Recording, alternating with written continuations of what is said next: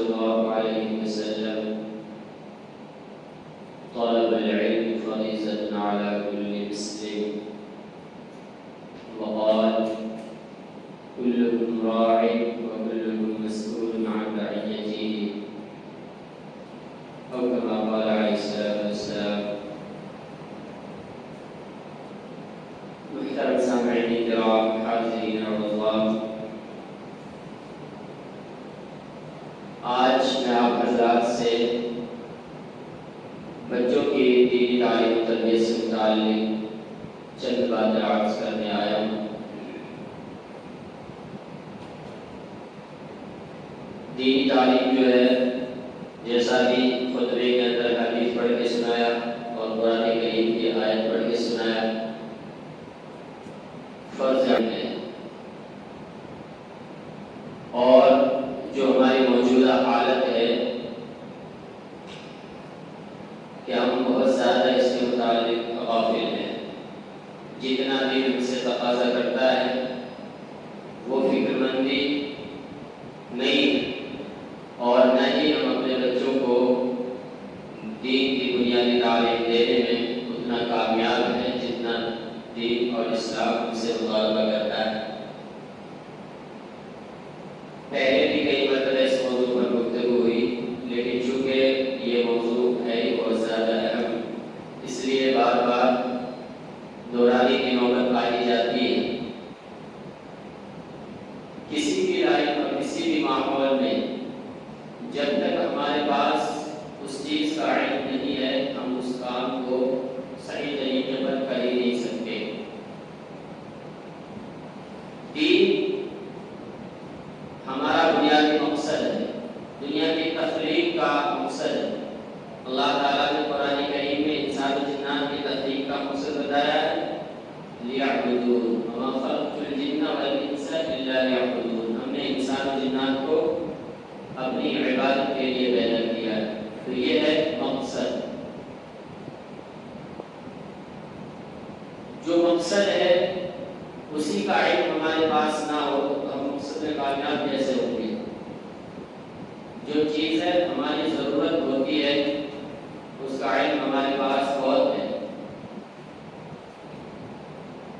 اس کے باوجود بہت سے لوگ ہیں جو اپنی زندگی کے اندر کامیاب بھی ہے اور ناکام بھی ہے. دنیاوی اعتبار سے کمانے کھانے والے ہیں، بعض ایسے ہیں جو کمزور بھی ہیں. تو یہ تو ضرورت ہے، لیکن مقصد کے اندر ہم سستی اور کوتاہی نہیں کر سکتے. خطبے کے اندر جو سب سے پہلی آیت پڑھی گئی، یا ایھا الذین آمنوا قوا انفسکم واہلیکم نارا، یہ سورۃ تحریم آیت نمبر 6 میں. اے ایمان والو، اللہ تعالیٰ کہتے ہیں اے ایمان والو، اپنے آپ کو اور اپنی اہل و عیال کو، اپنے آل و اولاد کو آگ سے بچاؤ. آگ جہنم، اس کی آگے اور بھی زیادہ تشریح بھی ہے. وقودها الناس والحجارہ، کہ وہ آگ جہنم کی آگ جس کا ایندھن پتھر اور انسان ہے، اس سے اس آگ کو سلگایا گیا ہے. علیہا ملائکۃ غلاظ شداد لا یعصون اللہ ما امرهم، اور اس جہنم پر جو تعینات فرشتے ہیں وہ بہت زیادہ سخت مزاج اور سخت گفتگو کرنے والے. کسی کی چیخ و پکار کا ان پر کوئی اثر نہیں ہوگا. اتنے زیادہ سخت قسم کے فرشتے اللہ تعالیٰ نے جہنم پر متعین کر رکھے ہیں. لا یعصون اللہ ما امرهم، وہ اللہ کی نافرمانی ہرگز نہیں کرتے. جو اللہ کا حکم ہو گیا ہے وہ کرتے رہیں گے. جن فرشتوں کو جہنمیوں کے سزا دینے پر مقرر کر دیا گیا ہے، کوئی جہنمی کتنا ہی چیخ و پکار کر لے، کتنا ہی رو دھو کے دکھا دے، وہ فرشتے اللہ کے حکم سے ایک انچ پیچھے نہیں ہٹنے والے. مارنے کا حکم دیا وہ مارتے رہیں گے، پھاڑنے کا حکم دیا ہے وہ پھاڑتے رہیں گے، جلانے کا حکم دیا وہ جلاتے رہیں گے. لا یعصون اللہ ما امرهم ویفعلون ما یؤمرون، اور جو اللہ کا حکم ہوتا ہے وہ اس کو کرتے ہیں. تو یہ ایک آیت تھی. اس آیت کے تحت میں سورت نمبر آپ کو سورت بتا دیا، سورت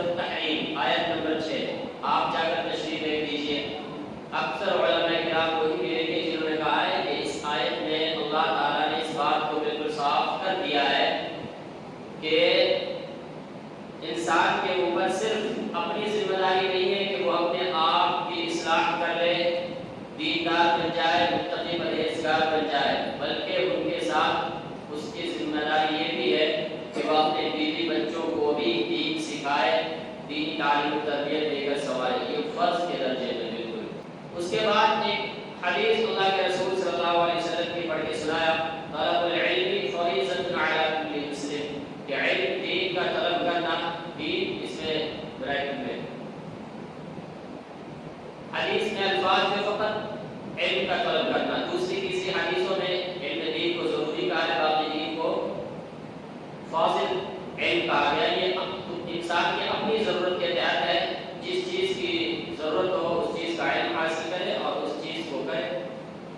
اس لیے یہاں پر یہ لفظ لگا دیا جاتا ہے کہ علم دین کا حاصل کرنا ہر مسلمان پر فرض ہے۔ اب اس میں تشریح آئے گی کہ کتنا علم سیکھنا فرض ہے۔ کیا ہر کسی کو حافظ بننا ضروری ہے؟ کیا ہر کسی کو عالم بننا ضروری ہے؟ مفتی بننا ضروری ہے؟ تو اس میں علماء کرام نے کہا نہیں، اتنا علم ہر کسی کو سیکھنا ضروری نہیں۔ اتنا علم کے لیے تو ایک شہر میں ایک گاؤں میں 2-4 علماء ہیں، 2-4 مفتی ہیں جو عوام کی ضرورت کو پورا کر سکے، کافی ہے۔ تو پھر کتنا علم چاہیے ہر مسلمان کو، کیونکہ حدیث میں ہے فریضۃ علی کل مسلم، کل ہر انسان کو کہتے ہیں، ہر مسلمان پر فرض ہے۔ تو ہر مسلمان پر علم کا کون سا درجہ ہے تو فرض ہے؟ تو اس کو کہتے ہیں بنیادی تعلیم، ضروریات دین کو جاننا، عقائد کی تعلیم، اللہ کو جاننا، رسول اللہ کو جاننا، اللہ کی ذات اور صفات کو اتنا جاننا کہ ہمیں کبھی کوئی اسلام سے برگشتہ نہ کر سکے، پھیر نہ سکے، ارتداد کا شکار نہ ہو سکے۔ تو اللہ کی ذات و صفات کو اتنا جاننا ہے، رسول اللہ صلی اللہ علیہ وسلم کو اور آپ کی سیرت کو، آپ کے صحابہ کرام کو، اور جو مسائل ہمیں درپیش ہوتے ہیں، نماز کے مسائل، نماز پوری زندگی فرض ہے تو نماز کا سیکھنا فرض۔ قرآن کریم نماز کے اندر پڑھتے ہیں تو قرآن کریم کے بغیر نماز نہیں ہوگی، تو قرآن کریم کا پڑھنا بھی، اس کو یاد کرنا بھی، اتنی صورتیں یاد کر کے رکھے کہ جس کو وہ نمازوں میں پڑھ سکے، اتنا فرض ہوگا۔ اور اس کے علاوہ روزہ ہے، حج ہے، جس چیزوں کی ضرورت انسان کو پڑتی رہتی ہے وہ تمام چیزیں، حلال و حرام کی پہچان، جائز ناجائز کی پہچان، خرید و فروخت کرنے کی ضرورت ہر کسی کو پڑتی ہے۔ تو اتنا علم سیکھنا سب کو ضروری ہے۔ دوسری ایک اور حدیث اللہ کے رسول صلی اللہ علیہ وسلم نے کہا کلکم راع وکلکم مسئول عن رعیتہ، کہ تم میں سے ہر شخص نگراں اور ذمہ دار ہے۔ راعی کے اصل معنی چرواہ، اور چرواہ جو ہوتا ہے وہ اپنے جانوروں کا ذمہ دار اور نگراں ہوتا ہے۔ اگر جانور کہیں گم ہو گیا تو مالک اس سے حساب لے گا۔ ایسے ہی اللہ تعالیٰ نے ہر انسان کو اس کے ماتحتوں کے لیے نگراں اور ذمہ دار بنایا ہے کہ وہ اپنے ماتحتوں کے حقوق ادا کرے، اور وہ حقوق ادا کرنا صرف کھانا پلانا کپڑے پہنانے کا کافی نہیں ہے۔ اصل جو مقصد ہے آخرت کے اندر کامیاب ہو جانا، اس آخرت کی کامیابی کے لیے اس کو جو تعلیم اور جو تربیت چاہیے وہ دینا بھی فرض ہے۔ اللہ کے رسول صلی اللہ علیہ وسلم کی ایک اور حدیث ہے مروا اولادکم بالصلاۃ وهم ابناء 7 سنین، کہ اپنی اولاد کو، اپنے بچوں کو، بچیوں کو نماز کا حکم دو جب وہ 7 سال کے ہو جائے۔ یہ حدیث پہلے بھی کئی مرتبہ سنایا، اور آپ کی کتاب یہاں بہشتی زیور نیا ایڈیشن میں رکھا ہوا ہے۔ شاید نماز کے مسائل کے تحت میں جو فضائل بیان کیے گئے اس میں بھی یہ بات آئی ہے، اور اس کے تحت علماء کرام کے اقوال یہ بھی آتے ہیں کہ جب اللہ کے رسول نے یہ کہا ہے کہ نماز کا حکم 7 سال کا ہو تو دو، اس کا مطلب یہ ہے کہ دین کی تمام وہ بنیادی اور ضروری تعلیم کا آغاز یہیں سے شروع کر دو۔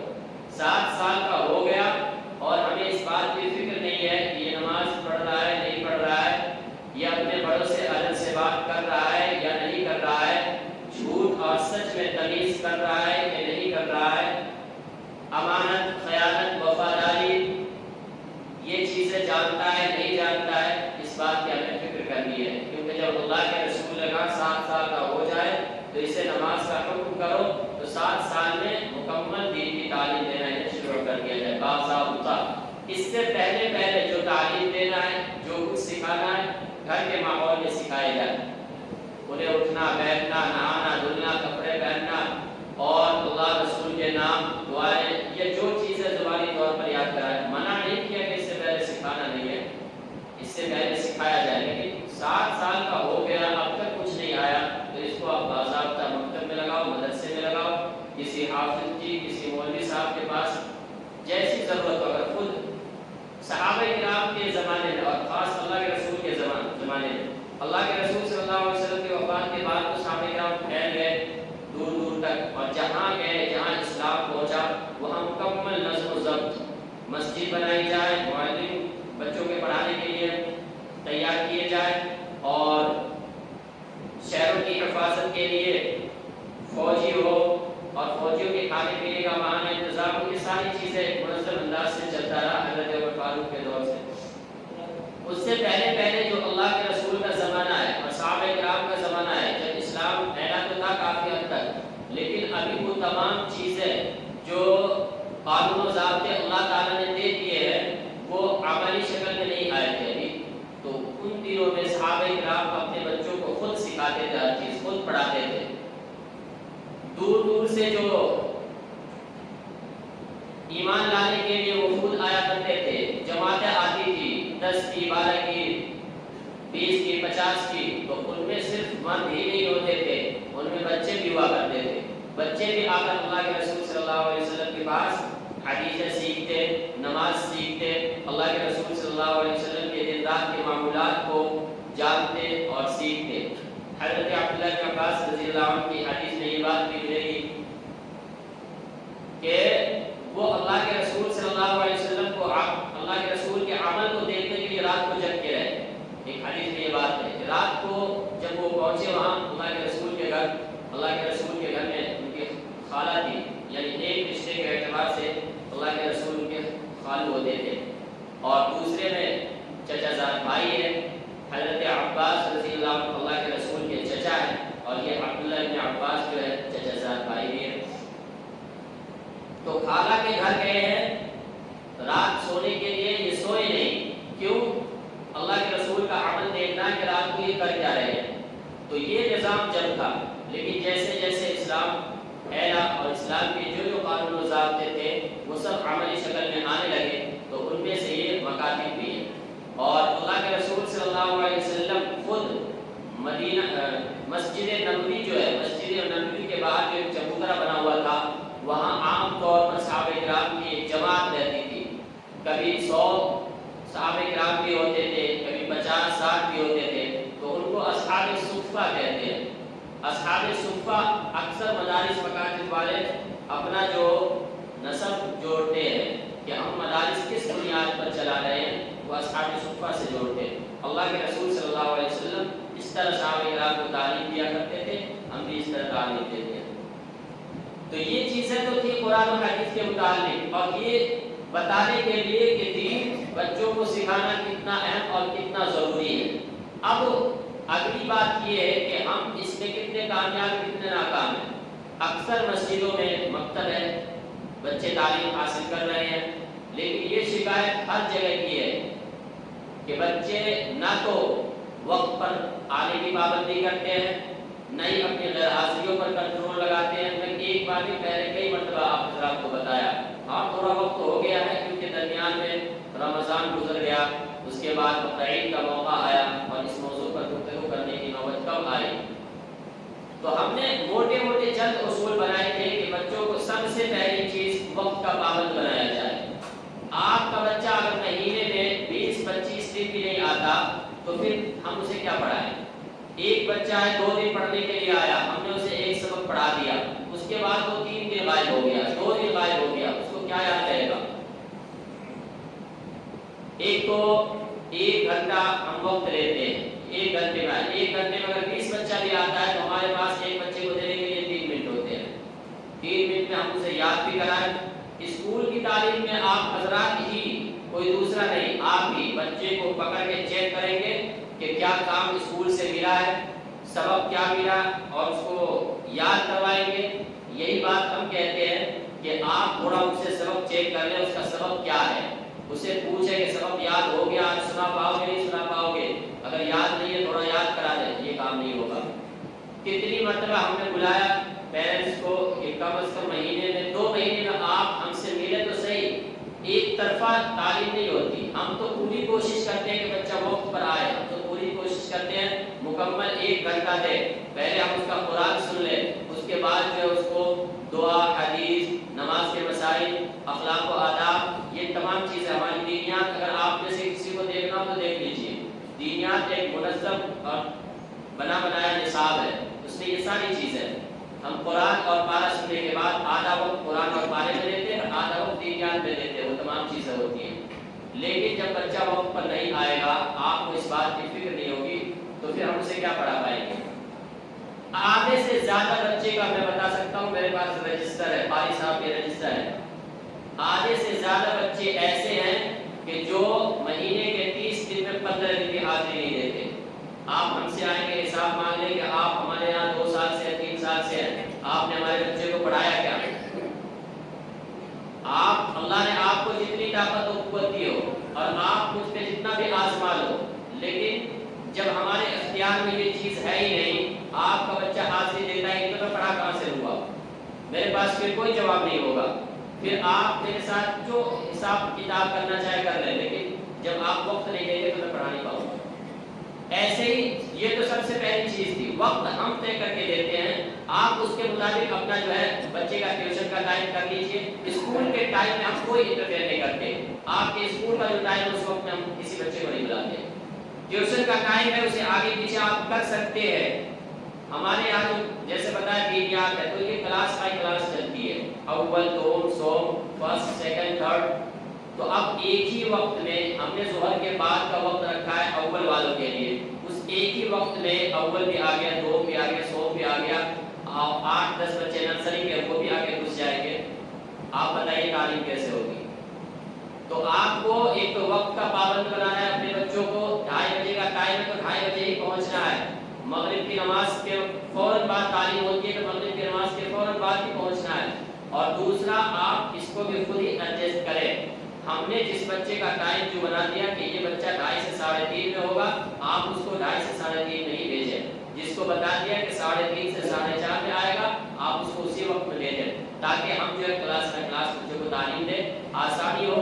اس سے فائدہ کیا ہوگا کہ آدھے گھنٹے میں تو ہم جو بچوں کا سبق سن لیں گے، باقی آدھا گھنٹہ سارے بچوں کو برابر ملے گا، ہم ایک حدیث پڑھائیں گے، سارے بچے اس کے ایک ساتھ بولیں گے، ہم ایک سورت ان کو زبانی پڑھائیں گے تاکہ وہ یاد کر سکیں، سارے بچے ایک ساتھ پڑھیں گے، اور یہ آسانی ایسے ہی تو اسکول میں پڑھاتے ہیں منظم شکل میں، تو اس کی آپ کو فکر کرنی ہوگی۔ دوسری بات یہ تھی کہ کتاب، لباس، ان چیزوں کا دھیان رکھنا پڑے گا آپ کو، بہت سے ایک تو نہیں کتابیں ہیں تو اکثر بچوں کے پاس، لیکن جب وہ پڑھنے آتے ہیں یا تو گھر چھوڑ کے آتے ہیں یا یہی پڑھ لیا، یہی رکھ دیا، گم کر دیا، تو اس کا بھی دھیان آپ کو رکھنا پڑے گا، اس پر بھی ہم اپنی طرف سے کوئی زور نہیں ڈال سکتے۔ وہ وقت الگ تھا جب لاٹھی ڈنڈا دکھا کے ڈرا دھمکا کے پڑھایا کرتے تھے، اب وہ وقت نہیں رہا، ہم لاٹھی ڈنڈوں سے ڈرا دھمکا کے نہیں پڑھاتے، صرف پیار اور محبت سے پڑھانے کی بات رہ گئی ہے، ہم اسی طریقے سے پڑھاتے ہیں، پڑھ لیں تو اچھا، نہ پڑھے تو اچھا، تو اس میں 2 طرفہ کوشش چاہیے، جتنی کوشش ہم کر رہے ہیں آپ کو اس سے زیادہ کوشش کرنی پڑے گی۔ ابھی جتنی حدیثیں آپ کو سنایا میں، جتنی قرآن کی آیتیں سنایا، اس میں سب میں مخاطب گارجین ہے، والدین ہے، ماں اور باپ ہے، کہ آپ اپنے بچوں کو دین سکھاؤ، آپ اس کے ذمہ دار ہو، آپ سے پوچھا جائے گا، آپ نے ہمیں متعین کیا، ٹھیک ہے ہم آپ کو حساب دیں گے، اللہ تعالیٰ آپ سے حساب لیں گے، تو آپ اس بات سے بے فکر نہ ہو جائے کہ ہم نے صرف آپ کے پاس بھیج دیا، ہم نے مسجد بھیج دیا، ہماری ذمہ داری پوری ہو گئی، حساب کل کو اللہ کو آپ ہی دیں گے۔ تو آپ کو ان کا لباس درست کیجئے، بچے بال بھی الٹا سلٹا کاٹتے، لاکھ سمجھانے کے باوجود ادھر کٹ لگا دیا، ادھر کٹ لگا دیا، وہ کٹورا کا پیچھے پورا ٹکلا ہو گیا، اوپر بال رکھا ہوا ہے۔ حدیث آپ پڑھیے، حدیث میں اسی طرح کے بالکل جس کو کٹورا کٹ کہتے ہیں، لعنت اللہ کے رسول نے بھیجی ہے، اس پر لعنت برستی رہتی ہے جب یہ اس طرح کے بال کٹا کے آتے ہیں، تو آپ کیوں اپنے بچوں کا ایسا بال بناتے ہیں؟ خواہ مخواہ کے ادھر کٹ لگا دیا، ادھر لگا دیا، پڑھنے آیا بال بکھرے ہوئے، نہ ٹوپی کا پتہ ہے، ٹی شرٹ اور وہ ٹراؤزر پہن کے آ گیا، سارے بدن کے اعضاء ادھر ادھر دکھ رہے ہیں. تو ایسے میں مطلب دین جو ہے یہ کسی ڈگری کا نام نہیں ہے کہ آپ نے 2 سال 3 سال پڑھ لیا، آپ کو ہم نے سرٹیفکیٹ دے دیا، یہ آپ کا بچہ دیندار ہو گیا، پڑھ لیا. عمل کا نام ہے. جو چیز یہاں سکھائی جاتی ہے اس کو عمل میں لانا پڑے گا. قرآن پڑھ کے اس پہ عمل کرنا ہوتا ہے. نماز صرف سکھا دینا کافی نہیں ہے. نماز ہم لاکھ سیکھ لیں، ہمیں نماز کے کتنے مسائل معلوم ہیں، ہم نماز ہی نہ پڑھیں تو اس سے کیا ہو گیا؟ تو ہم نے جتنی چیزیں یہاں سکھائی ہے، بتائی ہے، بچے کو عمل کون کروائے گا؟ ہمارے پاس آپ کا بچہ 24 گھنٹے تو نہیں رہتا، 1 گھنٹے رہتا ہے. 1 گھنٹے میں ہم کو سکھاتے ہیں، سمجھاتے ہیں.